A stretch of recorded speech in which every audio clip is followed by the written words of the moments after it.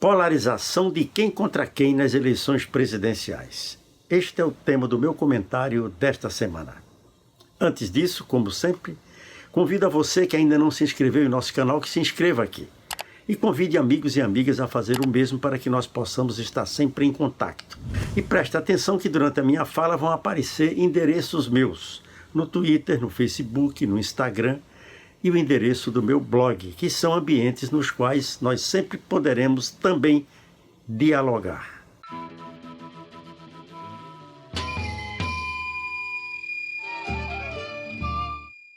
Na semana passada, eu comentei aqui que com a anulação das condenações que pesavam sobre o ex-presidente Lula, ele agora, elegível, faz parte do jogo, porém os riscos seriam enormes. E de passagem eu disse que nessa questão da polarização Lula-Bolsonaro existe algo de real, de objetivo e algo também de tática, de macete político do conjunto das forças que estão presentes na cena política brasileira. É sobre isso que eu agora quero chamar a atenção de vocês.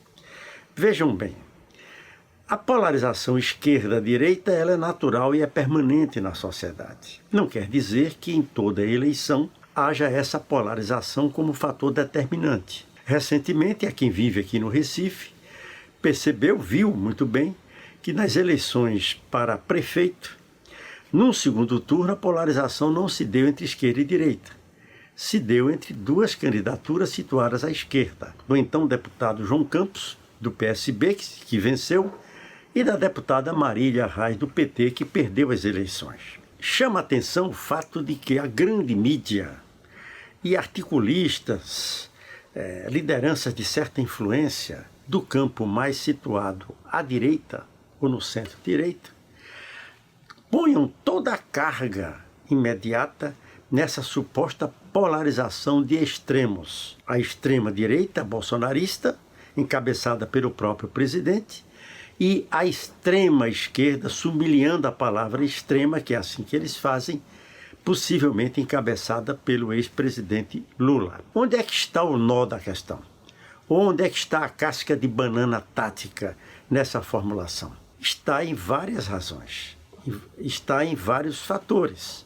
Um deles, a tentativa de esgotar, cansando, digamos assim, o eleitorado dessa polarização PT-Bolsonaro. Na medida em que Bolsonaro vai caindo, despencando nas pesquisas, e tudo indica que o governo dele não tem outro rumo e, portanto, chegará às eleições do ano que vem o atual presidente num grau de desgaste muito grande, com muita dificuldade de arrebanhar novamente uma maioria eleitoral e a aposta no aprofundamento da rejeição ao PT e, por extensão, ao próprio ex-presidente Lula. Com isso, o ambiente estaria dado para, quem sabe, o surgimento de uma candidatura à moda outsider, um cara correndo por fora, de certo apelo popular, alguma personalidade muito conhecida, com apoio nas forças de centro e centro-direita, que descolariam de Bolsonaro e apoiariam um candidato com essas características para evitar o outro mal, o mal maior que seria uma nova eleição de um candidato de esquerda,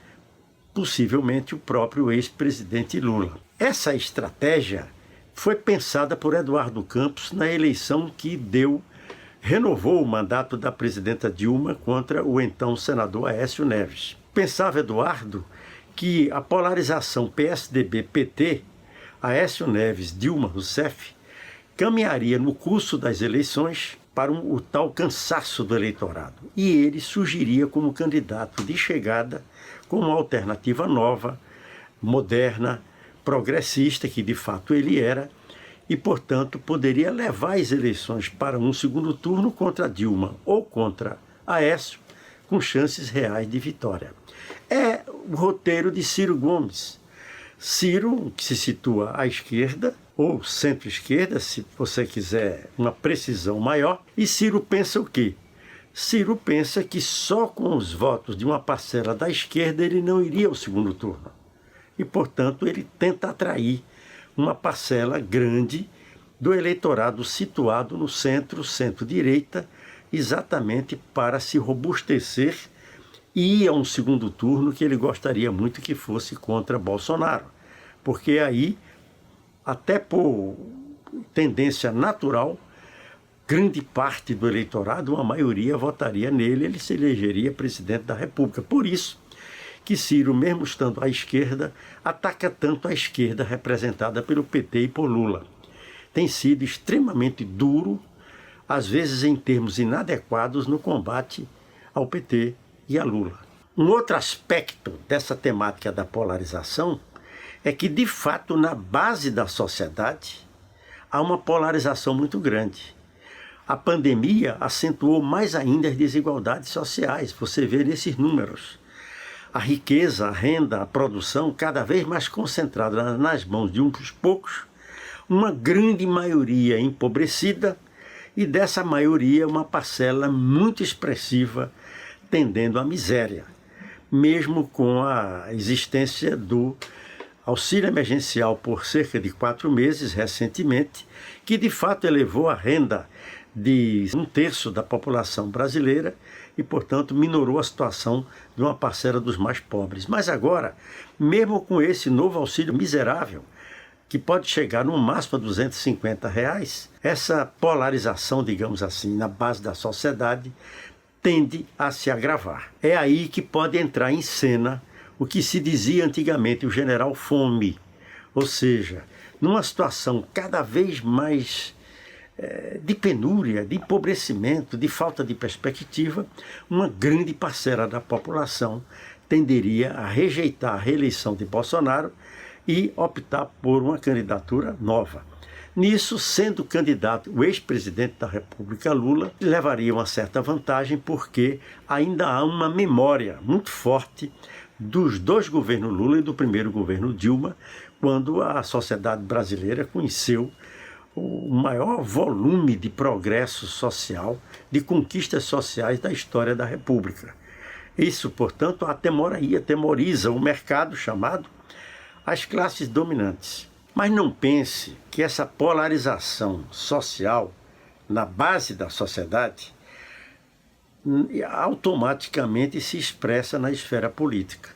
Entre uma coisa e outra, há a mediação da ação das lideranças, dos partidos, naturalmente, o movimento político real, e há uma grande mediação dos meios de comunicação que se utilizam pelos meios convencionais e pela comunicação digital, se utilizam de muitos mecanismos de distorção da informação e de confusão na consciência política das pessoas, de tal maneira que esse jogo da polarização ele é pesado. Por enquanto, basta notar algo positivo. No discurso que o ex-presidente Lula fez 2 dias após a decisão do ministro Fachin de anular as suas condenações, ele foi muito cuidadoso nesse sentido. Fez um apelo aos diversos segmentos da sociedade, inclusive ao empresariado, para um diálogo amplo, plural, necessário a se encontrar soluções para a crise do país. Nessa direção,